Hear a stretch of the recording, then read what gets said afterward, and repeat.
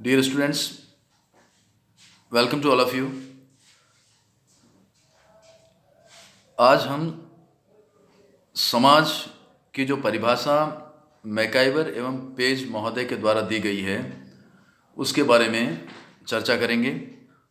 MacIver एवं page ने अपनी बहुत प्रसिद्ध कृति है उनकी सोसाइटी में इस समाज की व्याख्या की है, समाज को परिभाषित किया है, कई तत्वों से मिलकर के आपकी परिभाषा बनी है, उसके बारे में हम लोग आज चर्चा करेंगे। सर्वप्रथम आपको यह ध्यान में रहना चाहिए कि मैकाइवर पेज ने समाज को किस तरह से परिभाषित किया है। मैकाइवर पेज कहते हैं कि समाज कार्य प्रणालियों एवं रीतियों की, अधिकार सत्ता एवं पारस्परिक सहायता की, अनेक समूहों एवं श्रेणियों की या विभागों की तथा मानव व्यवहार के नियंत्रणों एवं स्वतंत्रताओं की एक व्यवस्था है। मैकाइवर पेज ने अपनी परिभाषा के अंतर्गत इन सब तत्वों को लिया है। कार्य प्रणालियाँ, अधिकार, सत्ता, रीतियाँ, स्वतंत्रता, समूह, विभाग, इन सब के बारे में हम वन बाय वन डिस्कस करेंगे। आगे और आगे कहते हैं मैकाइवर पेज कि यह एक सामाजिक संबंधों का जाल है जिसे हम समाज कहते हैं और यह सदैव परिवर्तित होता रहता है, एक जटिल व्यवस्था है। कहने का मतलब इस सदैव परिवर्तनशील जटिल व्यवस्था को हम समाज कहते हैं। यह सामाजिक संबंधों का जाल है और यह सदैव परिवर्तित होता रहता है, चलायमान है, डायनेमिक है। चेंजेस सोसाइटी में समय काल के अनुसार आते रहते हैं।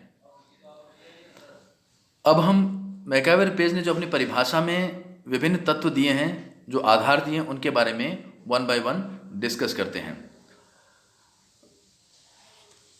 समाज की प्यारे विद्यार्थियों सबसे छोटी इकाई परिस्थिति है, इसके बारे में भी आगे हम पढ़ाएंगे। कोई पूछता है कि जैसे मान लो मनुष्य के शरीर की सबसे छोटी इकाई कौन सी है, तो हम कहते हैं कि वो सेल है, कोशिका है, बिल्डिंग ब्लॉक्स हैं, ठीक है ना। जिस तरह से किसी इमारत की सबसे छोटी इकाई उसकी ब्रिक होती है, उसकी ईंट होती है, उसी तरह से अगर प्रश्न आता है कि समाज की सबसे छोटी इकाई क्या है, तो वो है स्टेटस, परिस्थिति। इसके बारे में अलग व्याख्यान में आपको बताऊंगा विस्तृत से।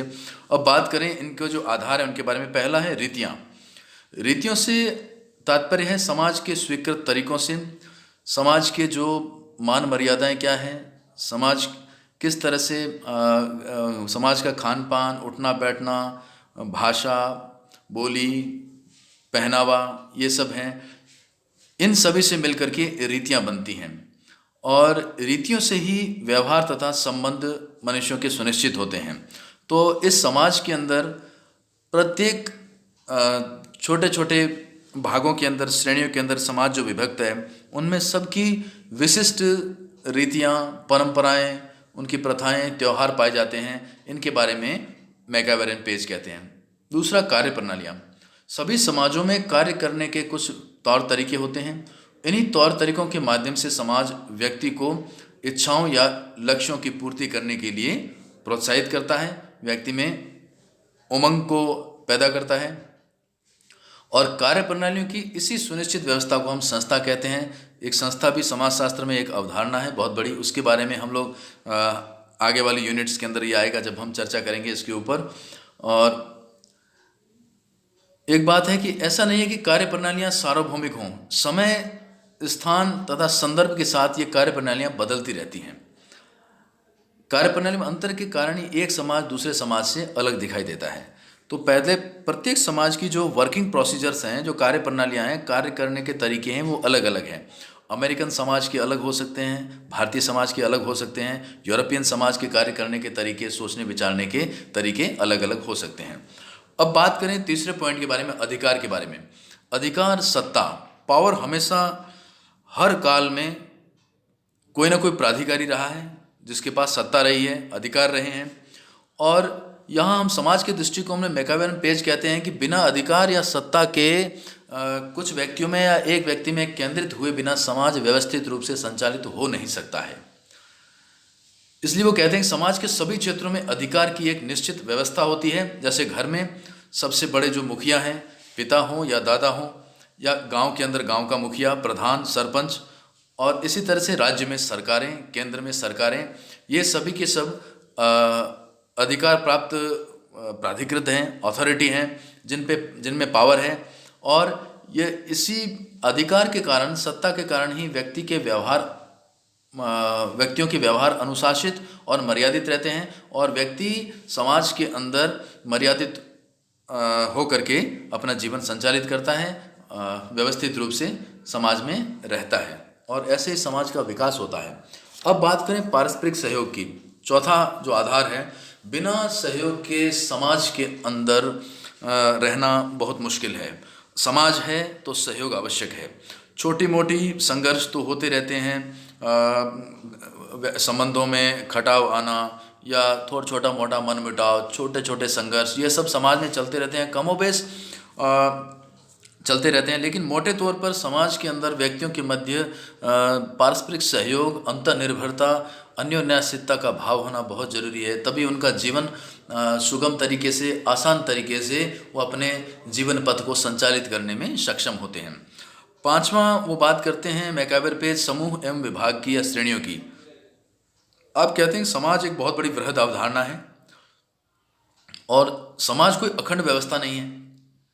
इसके कई छोटे बड़े विभाग, उपविभाग और श्रेणियां पाई जाती हैं, छोटे समूह पाए जाते हैं, इसके अंदर समुदाय पाए जाते हैं। तो कहते हैं कि समाज जो है विभिन्न तरह के समूहों, विभागों, छोटे छोटे समुदायों से, समूहों से मिल करके बना होता है, और ये समूह तथा विभाग जितने अच्छे से एक दूसरे से संबंध होंगे, समाज उतना ही सुदृढ़ तथा संगठित होगा। अब बात करते हैं मानव व्यवहार के नियंत्रण के बारे में। मैकाइवर पेज कहते हैं कि किसी भी समाज के अस्तित्व के लिए अनिवार्य है कि उसके सदस्यों का व्यवहार नियंत्रित तथा मर्यादित हो। विचलित और अपराधपूर्ण जो व्यवहार है वो समाज के लिए बिल्कुल नकारात्मक होता है और समाज को गर्त में ढकेलने का कार्य करता है। इसलिए मनुष्य का व्यवहार औपचारिक या अनौपचारिक किसी भी माध्यम से नियंत्रित होना जरूरी है। समाज में नियंत्रण के दो प्रकार होते हैं। औपचारिक में जैसे हम कानून है, प्रशासन है, पुलिस है, जेल है, इन्हें लेते हैं। और अनौपचारिक के अंदर इसमें व्यक्ति स्वयं ही समाज के अंदर स्वतः यह समझ जाता है कि मुझे किस तरह से आचरण करना है, व्यवहार करना है, मुझे कैसे रहना है।